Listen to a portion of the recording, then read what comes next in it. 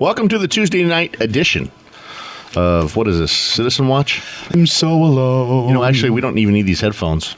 You know what? We don't. We don't. Casey, unfortunately, is under the weather, so he's not going to be joining us. So the headphones are not necessary. Anyway, welcome to the show on this beautiful Tuesday evening. I should be clouding up about now, and we were expecting rain tomorrow, which is a great thing. If you were listening to last week's shows, we had a couple gentlemen on from the Merced Irrigation District, and we talked a little bit of water on some other shows. So we're praying for a miracle March, April, spring, rain, April shower, all that good stuff. Right, Robert? I'm so alone.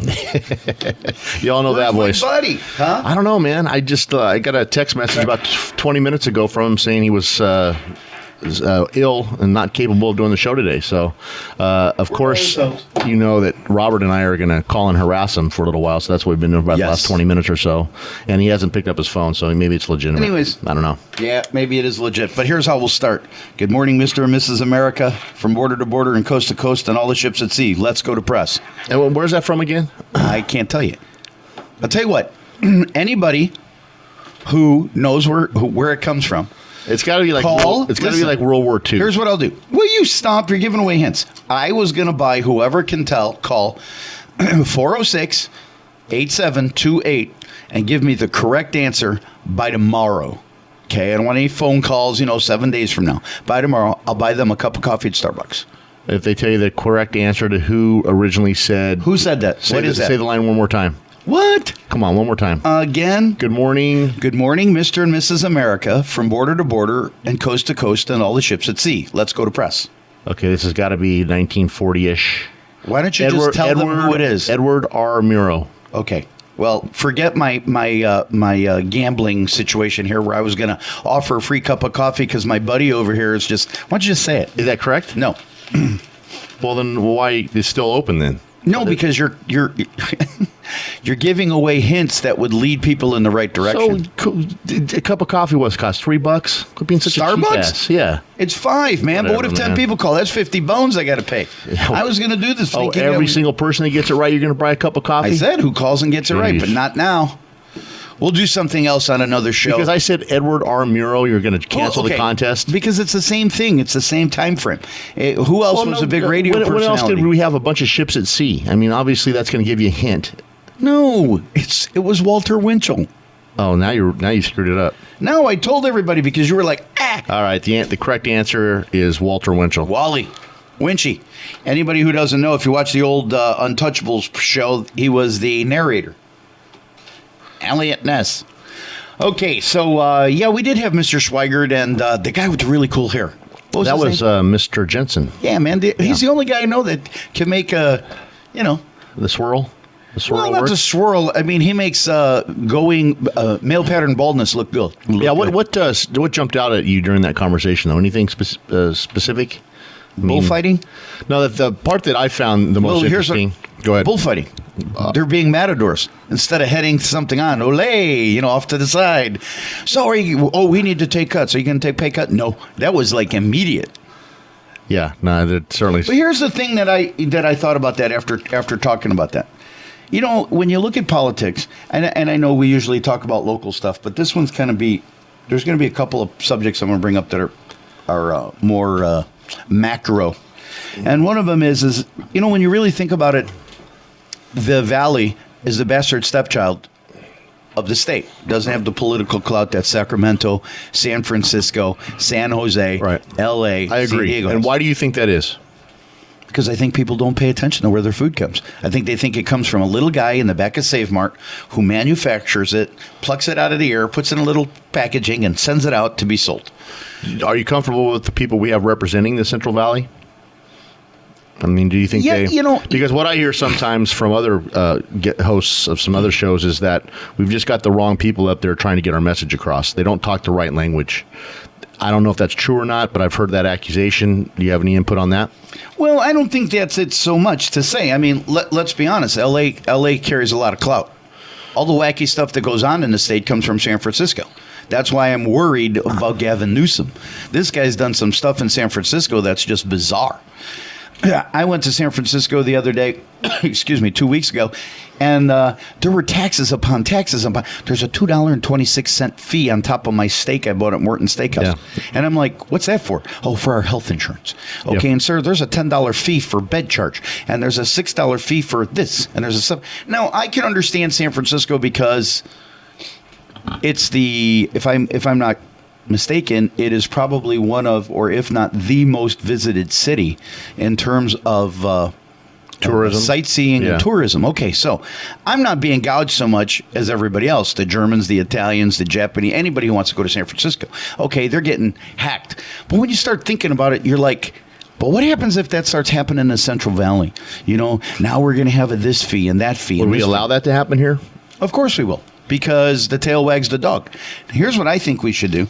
I think that the farmers, and I know this is really, really bad to say, but I think that they should have the maximum fallow to cause huge increases in food prices to get attention. When LA starts going to the grocery store and seeing $3 for a head of lettuce, maybe they'll pay more attention than what Kardashian's looking like next week. Yeah. Because I don't know if you've been shopping lately, but everything's definitely going up in price. I mean, it's very noticeable. But I'm a single guy, so I don't see it as much as a family person would. I go in there and I look at lettuce, and instead of being 89 cents a head, it's $1. Well, if you don't shop, how do you feed yourself? Who, me? Yeah. What do you mean if I don't shop? I eat a lot out. I eat out a lot. I eat a lot at the Italo. I'm blessed. The Italian American Lodge yesterday had a great luncheon for the Historical Society. Okay, we have dinner tonight. The Eagles will be there tonight doing corned beef and cabbage. On April 10th, we're going to have a chicken and pasta to go. I mean, I'm blessed because I have that, and I work there so much that, I'm working while they're having lunch and dinners and things like that. And you get a couple of takeouts here and there. But what I'm saying is when I go to the grocery store, where I see it big is in steak, is in beef. And you go to buy a quality steak, and it's $8 for a steak, and I'm like, geez, I could go to $8 a pound.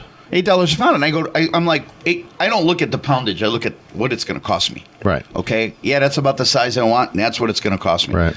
And I look at how it hits my pocketbook, and I can go to 510 Bistro and get a nice steak and dinner and be catered to for $17. So why make an $8 steak for myself? And have to clean the mess when I can just go over there to 510 Bistro or go to DiCicco's, which are my two favorite restaurants. Yeah.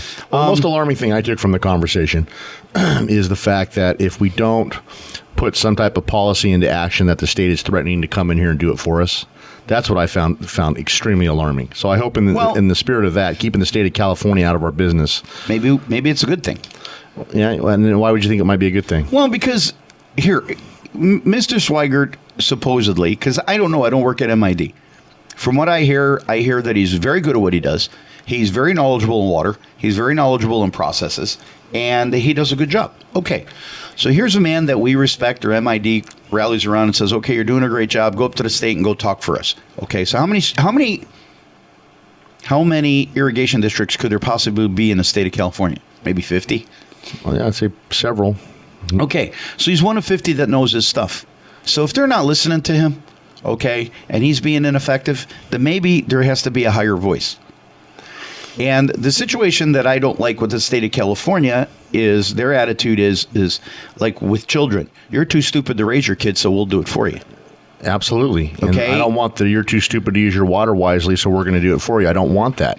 But on the other hand, maybe they're going to say, hey, this is what we're going to do. Maybe they're going to implement problems. Not problems, but have solutions. Yeah, solutions that maybe the state of California is going to have some solutions. Maybe. I highly doubt it. I mean, based on their track record. Well, that's based on their track record. I mean, I'm not going to lie. I mean, Obamacare is dismal.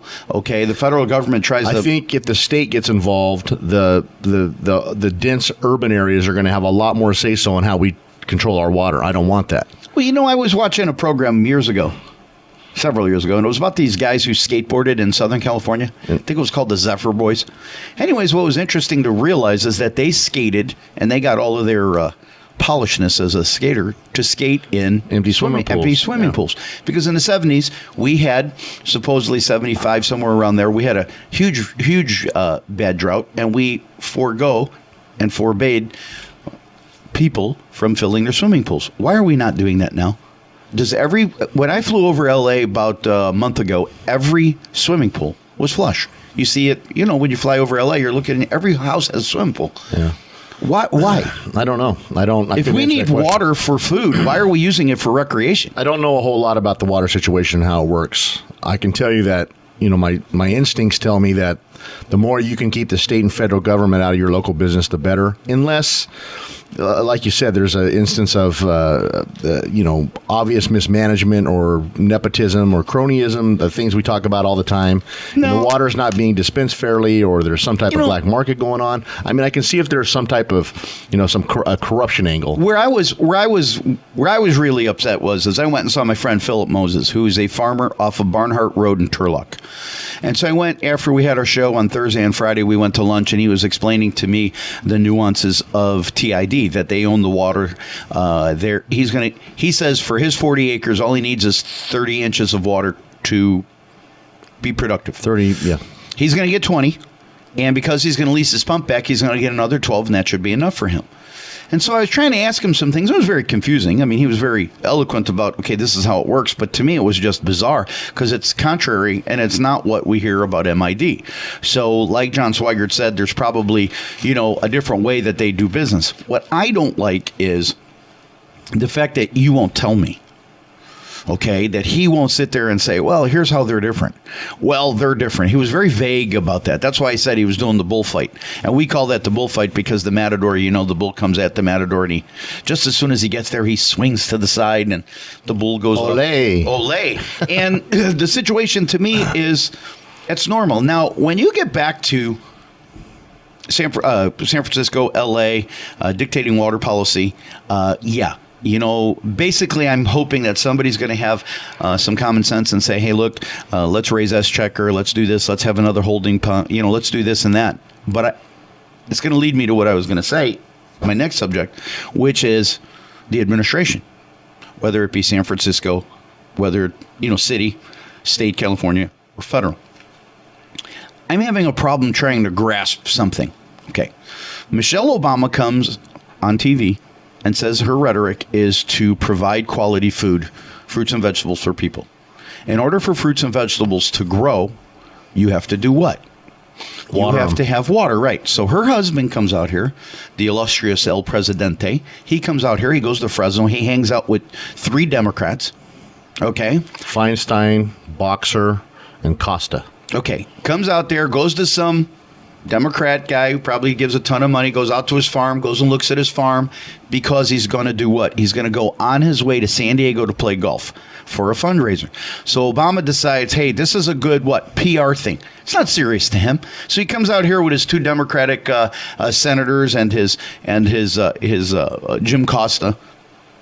Was the governor there? No, I didn't see the governor. No. Okay. So the governor doesn't think it's worth the crap to go to Fresno. Okay. So Obama comes out there. Oh, okay. Isn't that kind of ironic that he comes out here for water, but nothing gets done? If he had anything quality, substantive, or intelligent to say, you think it would have been related through the Democratic? Well, I think he did commit some federal emergency funds to the area for additional benefits to the displaced workers that are going to be affected by the drought. And what's it going to go? Is it going to be trickle down money through the Democratic controlled state? Okay. Or is he going to cut them a check each and say, here you go, I'm here to help you? That's my problem with help. And let me explain. I feel that this administration, Obama, was bought and paid for, okay, by investment bankers. Okay. Investment banking is making a ton of money off of this 2008 debacle. I don't think Obama or the Democratic Party really cares about anything other than doing what? Pandering for votes. Okay, I think anything they do is pandering for votes. He goes down to Fresno to help Boxer, to help Feinstein, and Jim Costa with their PR that he's interested in water. If he had anything substantive to say or intelligent to say, it would have been relayed to the Democratic governor, and we would be seeing something. It's been 3 weeks since he was here, and I don't know anything. I have no idea what he's going to do. Nobody knows anything. He has no offers. It was just smokescreen. It's just another example to me of the government being reactionary instead of proaction. Well, let's do this. Reactionary? How about this real quick? Today in the perspectives of the Merced Sunstar, top players unscathed in housing fraud. Well, Okay? can we talk about that after the first commercial break, Are we Robert? already at the commercial It's break? time already. I'm so alone. We're going to take a quick commercial break. You're tuned in, I should say, to the Tuesday night Citizen Watch show with Robert Tomasetti. Me. And myself. We'll be right back. Welcome back to the Tuesday night edition of Citizen Watch here on 1480 AM, KYOS Merced. See that FM voice there, Robert? It's good stuff, wasn't it? Yo. Before we went to break, we were going to talk a little bit about the unscathed players of the economic crash of 2008. Well, this goes into what we were saying in the first part. I don't know if I want to listen to this because this kind of stuff aggravates me. Well, here's the thing. If I break out in a cold sweat over here, you know what's going on. No, you got two people that are running for president. Okay, in 2008. In 2008, you had Barack Obama and you had Hillary Clinton. Now, just from what we know, hindsight, you look at Barack Obama, you look at Hillary Clinton, who was the more popular? Initially, it was definitely Hillary Clinton. Okay, now, more money got poured into Barack Obama. Now, who is Barack Obama? He was just some junior senator from Illinois who wrote a book. Okay? Everybody knew who Clinton was. Now, I'm looking at it this way, and this is my whole idea about this, and some people may say, you're all wet. Oh, Barack Obama was set up by the investment bankers on Wall Street, and they backed him because he's pliable. You take a guy that's a nobody and you make him president of the United States. You look at Hillary; she's not pliable. She's got her own. She's got her own agenda. She's got her own. I mean, she's a strong-willed woman. So Barack Obama is easier to control, in your opinion? Exactly, and I'll tell you how they did it. Top players unscathed in housing fraud. Upon taking office in 2009, Barack Obama's administration was slow to confront the lenders who fueled the crash of 2008 with their reckless and sometimes illegal practices, and the Wall Street investment houses that packaged and marketed toxic securities. Okay, so we know that this happened. Okay, so was anything done? Nope. Okay, the bond rating firms. Now, this was all about this conspiracy. I'm telling you, this was exactly. And what happened is the bond rating firms were doing business with like Standard and Poor's and Moody's. Standard and and Fitch. Poor's was the one that was rating things AAA rated. Right, akin to a treasury bond. Yes. Almost guaranteed money. Exactly. And so AIG said, well, if it's guaranteed and you got a AAA rating on it, insure it. We'll insure it for pennies on a dollar. And then when it all started falling apart, AIG got caught with their pants down. Yep. Standard and Poor's were like, we didn't know anything. Yep. Okay. What it says is, despite all the fraud committed and money stolen in the housing crisis and crash of 2008, the masters of Wall Street won't be subjected to perp talks now or probably ever. The Justice Department Inspector General offered an explanation. Yeah. Okay. The FBI in several cities didn't classify mortgage fraud as a top priority. This is odd given that some of the worst fraud took place in the Central Valley, Modesto, Merced, and Stockton. This is where mortgage-related fraud did become a priority. The Justice Department's $13 billion civil settlement with J.P. Morgan Chase is a mortgage-based securities fraud case, stemmed from work by the U.S. Attorney Benjamin Wagner's office in Sacramento. Okay, here's the thing. How come nobody's going to jail? How does a guy like Jimmy Dimon, or Diamond, whatever you want to call him, D-I-M-O-N. Jamie Dimon. Yeah. Jimmy Dimon, who is the CEO of Chase, isn't shown the door after a $13 billion settlement. And he had another problem last year, and he still has a job. He's still got a great paycheck. He's still got benefits and perks. This is the perception that people get who are hurting. People at the lower wage scale look up and say, heck with you, Wall Street. All you are is a bunch of greedy bastards. They're crooks. Exactly. They're crooks. So now if Washington... The biggest thieves in our country reside on Wall Street. Exactly. Because what they'll do is they'll design a system to fleece you, which is not illegal. They win coming and going. They win when it's up. They win when it's down. Here's something, guys. People who invest their dollars, your broker, and I know Clint Moore, you listen to our show, Clint, and I love you as a person, but brokers are not your friend. They make money whether you win money or make money or lose money. They get you coming and going. Okay, and the situation basically is that nobody was held accountable for this mess. Absolutely. And it cost people the taxpayer, how many billions of dollars? Right. It's hypocrisy at a zenith. And do you not think, one of the things we also hit up on here is why people have stopped caring. And that's one of it. Exactly right. When you see the gross, just blatant fleecing of this country, and the individuals that are responsible for it are having dinner with our president. And well, that's exactly true. And this has been going on for years and centuries, okay? Carnegie with the steel mills, and years ago, you had J.P. Morgan himself, J.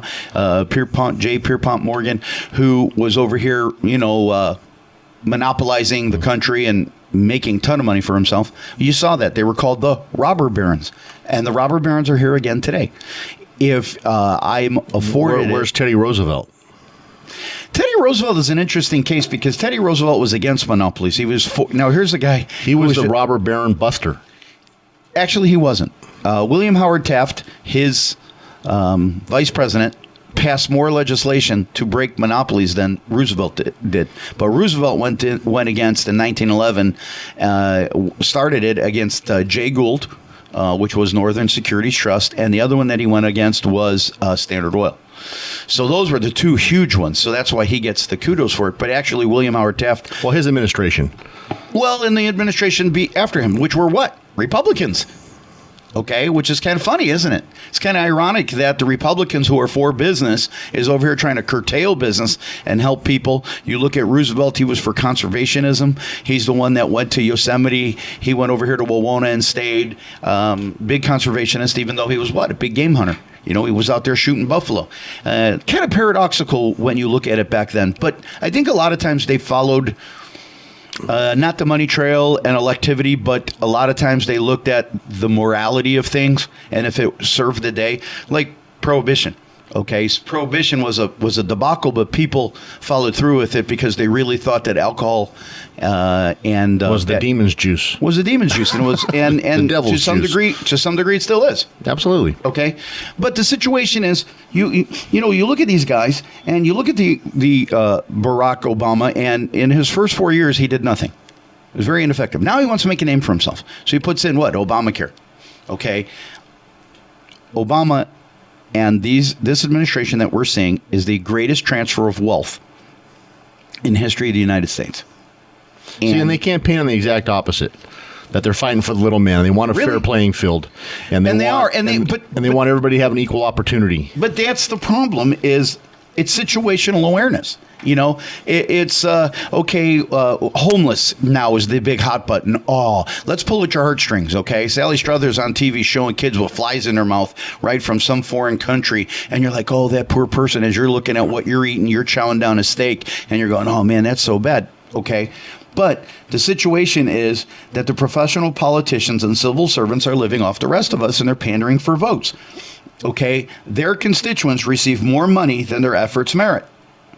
Okay, and what they do is they do study after study after study to show disparaging income. And what do? They take money from the wealthy, the middle class, and they give it to the lower class. Why is it that people don't want to go to North Dakota and go get a job? I understand that. We've talked about that many times, but there's also an issue at the other end of the spectrum, where you have multi-million, billion-dollar corporations making these massive profits and getting kickbacks from the federal government, and subsidies and tax breaks. Yep. So, I mean, I think the argument... Whoa. Here's the difference here. Okay.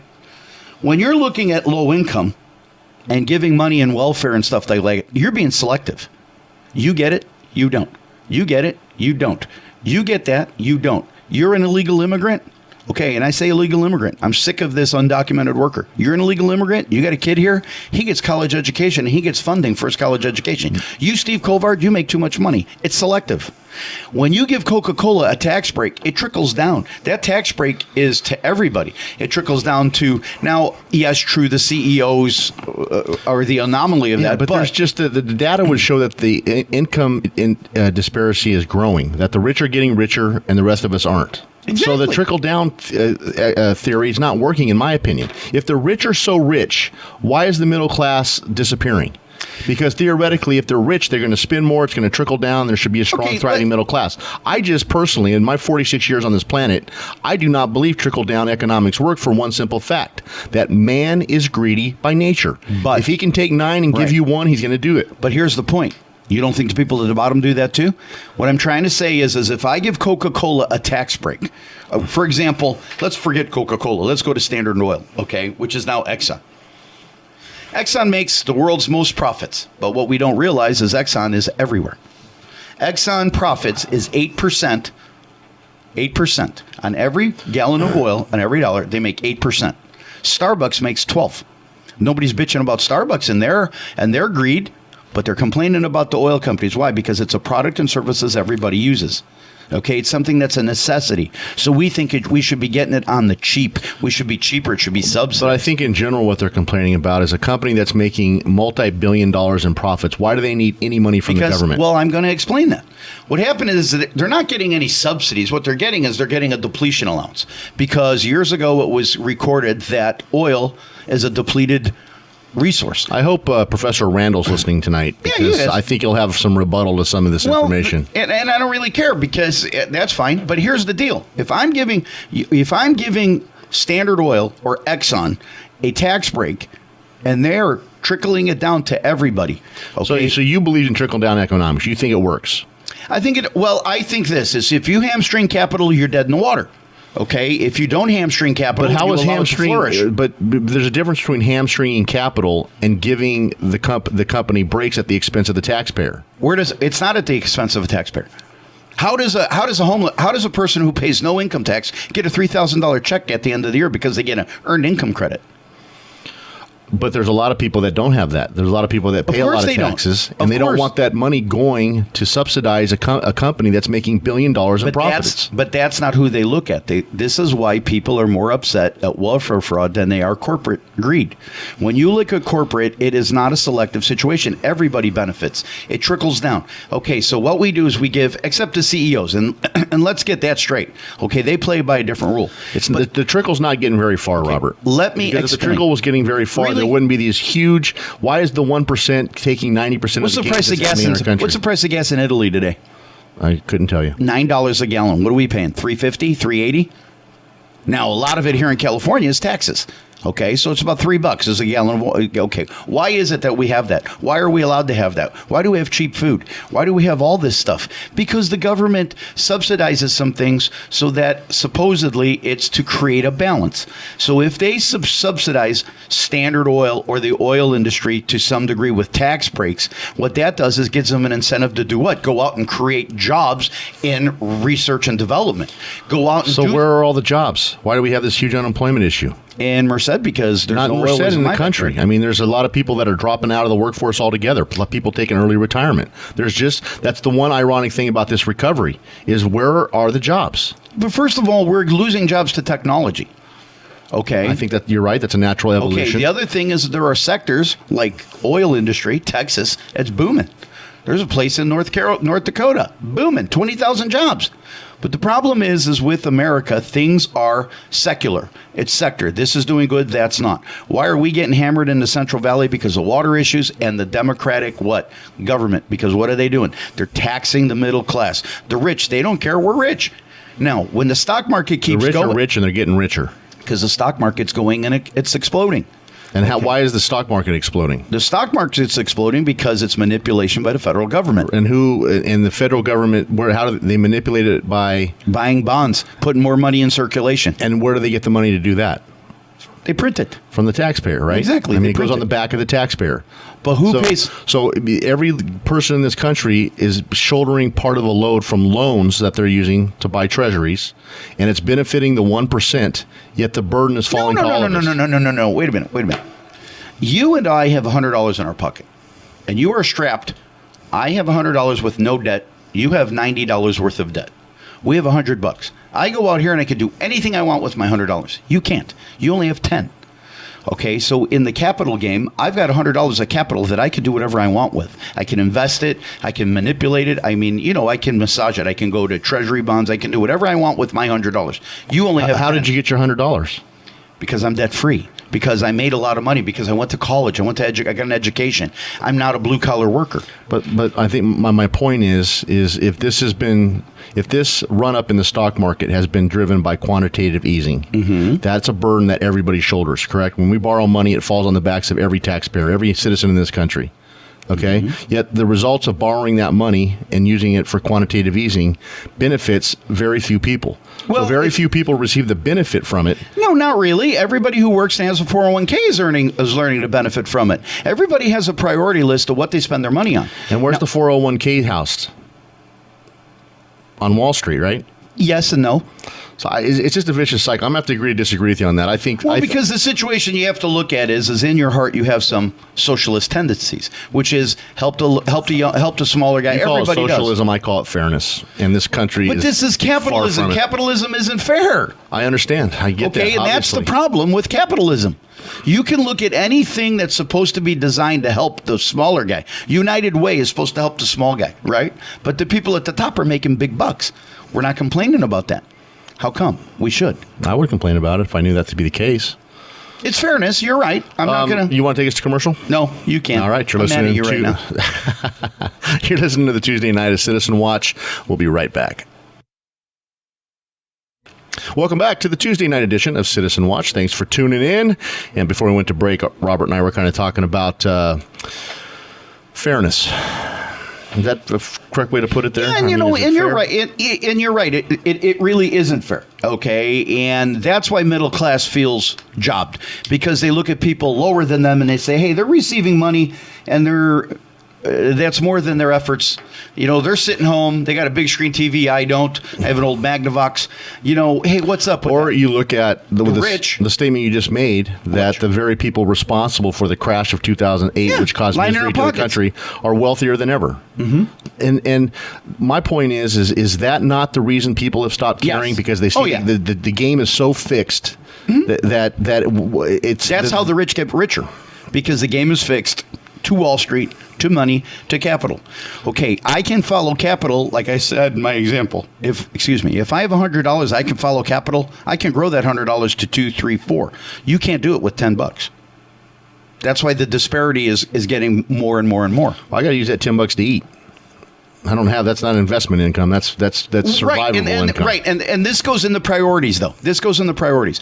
I got people who say, well, I can't raise a family of 3, working at $8 an hour at El Pollo Loco. Okay, so I sit there and I say, okay, one of two things. You should have thought of that before you had 3 kids. Okay? But then there are some people that say, well, wait a minute, I was working for a company and I got phased out. Okay, those people I feel sorry for. Okay, those people I feel, well, let's get you back to school. I got a great example of that. I have a friend of mine, his name is Dr. Grimm. He'll probably kill me for saying his name. Joe Grimm had 4 children. He and his wife had 4 kids. He's from the Fresno area, had 4 kids, worked in a manufacturing plant in a warehouse. Decided this wasn't for him, it was for the birds. So he decided to go back to school and put himself back to school. He did. He became an anesthesiologist. Dr. Grimm is a doctor now. Okay. I have another friend of mine. Her name is Tina. I forgot how to say her last name. I think it's Beckstead. But she works for John Garcia's office, right? So John does well. So she's over there as the paralegal, and she decides, you know what? I want to make money, and I want to go out there, and I want to be an attorney. So what does she do? She hamstrings her life to where she can't go places. Okay, she pays the price. She goes to Sacramento every night, I think 4 nights a week, to go become an attorney and go to law school. These are people that said, forget my situation. I'm going to do better. They don't sit there and go, boo-hoo, boo-hoo. What is the government going to do for me? Now, when you're in school, and the way I look at it is those kind of situations evolved. They weren't designed. But when you go to school, students, and Bob Whitfield told me this, a friend of mine, he says, students have a priority. You get free education for grade school and high school. And then your job is to go to college, okay, get a degree, go out into the workforce, and then have a family, okay? American students are backwards. They go into grade school, they're in high school, they feel that they have to have children young, and what does that do? That totally deflects the fact that they should be going to college and getting higher education so that they can get better work and better jobs. So they're stuck in these $8 an hour jobs. And then what they do is they go to the politicians that are pandering for their vote and say, oh, boo-hoo, look at me. Oh, okay, let's give you more money. I am more incensed with a person who puts no money into the economy and gets a $3,000 check because the government wants them to spend money and stimulate the economy than I do that Exxon gets a tax break, okay, as an oil company. I like $3 a gallon gas. I don't want 7, 9, and 10 like Europe's paying. I don't want to drive in a car that looks like a trash can. Okay, little dinky thing. I want something that I think is nice, and America's able to do that. Okay, the problem is that a lot of these things have been evolving and they're not designed. And what happens is you look at the Democratic Party and they are for what? Give away money, give away, give away, give away. Okay, they don't create anything. They don't. I mean, think about what we got in the state of California. Nickel and dime you to death. You go to DMV. Is it for DMV fees or what they were supposed to be used for? Roads? Hell no. Half of it is what? Social welfare. Now, why does everybody from every other state come here? And Merced is even worse. If you're in Oakland, you got to wait 6 weeks. Here, on a Pagan, make sure you got money in 3 days. So where would you rather be, Oakland or Merced? So how many people do we have here? When you have 50%, almost 50% of the people are in some form of subsidy, and the average is 30, you got to look at it and go, there's something wrong with this picture in Merced. What is it? And fix it. Not stand there and go, oh, we want to give more money. That leads me to this morning. I opened the newspaper, and it says that, where is it? I think I lost it here. It says here, schools offer aid to homeless teens. Now they've done a study that says that there's 800 students in the high schools in Merced, Atwater, and Livingston are considered homeless. Now for HUD, we found that there was only 700 people total. So here we go. We lower our standards. You know, what is it that we consider homeless? Oh, they need more money. So what do? We give them more money. Why aren't we holding their parents accountable? They're the ones that got them in this mess. Why is it the government's responsibility to bail these people out? Now, years ago, when Bob Dole ran against Clinton, it said that the Democratic Party is like North Korea and Cuba. They think that bigger government is better. And that is not what's supposed to be the case. It's supposed to be trim. What did the forefathers say? The government that governs the best governs the least. But we got the government in every form of your life, telling you you're too stupid to raise your kids. You can't spank your child now. And how is the governance, in your opinion, going towards corporate America? What do you mean? I mean, are we keeping it? Do they need less regulation, more regulation? I mean, how do we protect the everyday average Joe from another boom bust cycle like we've seen, every 20 years here in this country? I think it's because people don't pay attention. I think we need to pay attention. I think regulators need to be stringent and more. Here, I'll give you a story. Years ago, I put a license plate on my car, 1987 to be exact. In Illinois, the license plate stays with the person, and here it stays with the car. So I didn't know the difference. So I put a wrong license plate on my car. I got arrested. Okay, it got thumbprinted. It's on my It's on my records for my securities license. Okay, they make me lie so that their paperwork and my paperwork jive instead of fixing it. Okay, they don't pay attention to what's going on, nor do they care. They just want everything to be smooth and hunky dory. They don't want to fix anything. I think that corporate America, if they are getting any kind of handout from the federal government, needs to be scrutinized and it needs to be regulated. I think if a person is getting any kind of financial aid, it needs to be scrutinized and it needs to be regulated. Should we give subsidies or tax breaks to corporations in this country that are making a profit? Yes. I think it's necessary to some degree. Okay, now, giving people, why do they pay people not to plant? Because you'll flood the market. There was a while there where cotton farmers weren't allowed to plant. Why? Because there's too much cotton. Creates a glut, and then therefore. Okay, now, that kind of stuff, I agree with. Now, if you're abusing it, yank it. That's the problem is we put in a system, and we don't monitor it, and we don't follow through with it, and we expect our local politicians, okay, to be on top of it, and they're not. All they're trying to do is get reelected. And you think that the corporations are shouldering their fair load? No, I don't. I mean, don't get my rhetoric wrong because I believe that they need a break or they should get a subsidy or that they should get some kind of tax credit. Don't get me wrong and thinking that corporations are fantastic, because they're not. Okay, if they can automate and get rid of their payroll, they would. Why is it that they all ran to China? Why is it they all ran to Southeast Asia? Why did they go to India? Why are they hiding money in Ireland? Okay, because they don't want to pay their fair share. They pay a team of accountants to find the loopholes in the system. The tax credits and the tax laws are not fair. But then again, when you expect your people, even locally, it's not fair. Why do the people downtown have to pay double taxation for nothing? Why do they have to pay for law enforcement that should be provided for them by the city charter? But they have to pay for extra law enforcement. So what does that do? That comes out of the downtown's budget. Why should that be? So you look at things that just don't make sense. For example, think of this. Here's the logic behind this one. I don't know what it is. You go to traffic court. Traffic court gives you a citation, but they want you to pay for that citation before you get your day in court. Then you got to hope that the government gives you your money back. Now, ask yourself, how is traffic court funded? By the fines and levies it encumbers. So when you go to traffic court, really, are you getting a fair shake? No, and I think that's a paradigm we've approached here a few times, is we are getting into a very, very dangerous situation here that I don't think we've ever been in this country before, where fines and fees from laws being broken are the very lifeblood that keeps entities in existence. Exactly. You look at running a stop sign 10 years ago, 5 years ago, it was $100, $80. Now it's $240. I live on that corner that they blow my stop sign religiously, and I'm like, put a cop there and write tickets, and you'll have an inflow of you'll educate the people to know that it's being monitored.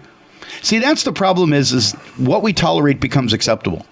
So if I roll through and do a California stop and nobody stops me and I watch the police officers do it, it becomes tolerated. It becomes acceptable. But I think in a bigger sense, your better point is, why do you have to pay first? Aren't you innocent until proven guilty? Yes. If you want to fight a ticket or something else, they make you pay first, so you're guilty. And then, but I think the reason they do that is to deter you from fighting it. You pay it. And then you have to worry about taking time off to get down there and do what you got to do. It's like rebates. You'll forget. It's ass backwards. And if you want to give me a rebate, and I find it very interesting that we're clamoring. We're trying to scrape money together to put cops on the beat. We got about 3 minutes. We're trying to find people to send, and battle the gang issues we have, or just basically put boots on the ground. Mm-hmm. Yet California always finds money for highway patrolmen, for their state police department, because they're revenue generators. You hire a California highway patrolman and you send him out and have him write 8 speeding tickets on his shift. He's now returning, you're paying him $100,000. He's returning to the state $500,000. So why don't you do this? Why don't you go to Martin Luther King 21st, put a police officer on there, he'll pay for himself and then some, because every time those knuckleheads roll through my stop sign, it's $240. But what I'm trying to illuminate is the point, is the principle, is, we clamor, we need more and more law enforcement. They find the money to hire law enforcement that generate revenue for the state, but they don't find the money to put boots on the ground to fight crime. Back up. Let's back up a minute. The state has this problem of income, okay? We're in the black, we're in the red, whatever. Why don't you get rid of expenses, lower your expenses, and then you won't have to have revenue generating highway patrol? You see what I'm saying? Same thing with Merced. Why don't you look at, if you're cutting expenses to bare bones, then how do we raise income? It's real simple. Have your damn officers write speeding tickets or write tickets. I watch people do the craziest crap. But isn't that dangerous? Isn't that a dangerous mindset that we need to write more tickets in order to fund the services that we need? No, it's not funding the services, Steve. What you're doing is you're doing two things. First of all, you're critiquing or you're admonishing bad behavior. Those people know that stop sign's a stop sign, and they roll through it. You're fixated on that stop sign. No, brother. I'm fixated on this. You know how much money they can make on that one stop sign? How many people do you watch ride around with cell phones that are yours now? In the big picture, doing a California stop through a stop sign, to me, is not that big of a crime. And call me crazy. I mean, maybe that's hypocritical of me to say. You're absolutely... Somebody that rolls through a stop sign it's not that big of a deal to me. Really? It's not something that I would put resources into. All right, let me ask you this. It was dangerous. Okay, unless stop. You could prove that there was accidents occurring or there was people... was. Why was the stop sign there in the first place? But that's the problem, Steve. See, your attitude is oh, come on, it's just a little thing. That's what the drivers think. That's we tolerate becomes acceptable. The point of the matter is, if you give 10 tickets on that street corner a day, that's $2,500 every day that you're pulling from that one spot. At $2,500 a day, how much money do you think you could put in the coffers of Merced? For rolling through stop signs. Hey, they do it with with parking tickets with 2 license plates. I get it. But I got one more thing before we go. Okay. Are you ready for the Forrest Gump Award? Yes, I am. Stupid is as stupid does? Yep. Guess who our stupid is as stupid does person is today? No one's ever going to top that one dude that said that we have the ethics, we just don't live by them. Oh, that's him. Is that the Come one? on, you're taking my stupid is No, as we stupid did does. that on Saturday night. No, we didn't. All right. Well, this is going to be the winner of all time. Okay, So go what ahead he and find said it. was, first of all, what he said was, the winner is Lynn Davis. He Right. said 2 things. I heard that in his rhetoric at his District 3 debate, he said that for $96,000, we're getting him on the cheap. Since I don't know who the guy is, I question that, which I just met him. Anyways, Atwater resident Wayne Wallace asked if the candidates would support a code of ethics for the Board of Supervisors. Mm-hmm. So Tony Desetti said what he wanted to do. Darren said what he wanted. And Lynn Davis got up and says, the board does have a code of ethics. We just don't live by it. Now, if that is not stupid as stupid does, I don't know what is. That'll never be topped. I don't think even really- John Pedroso's eight suspended license and 2 DUIs saying that the girl was a good driver. That's right.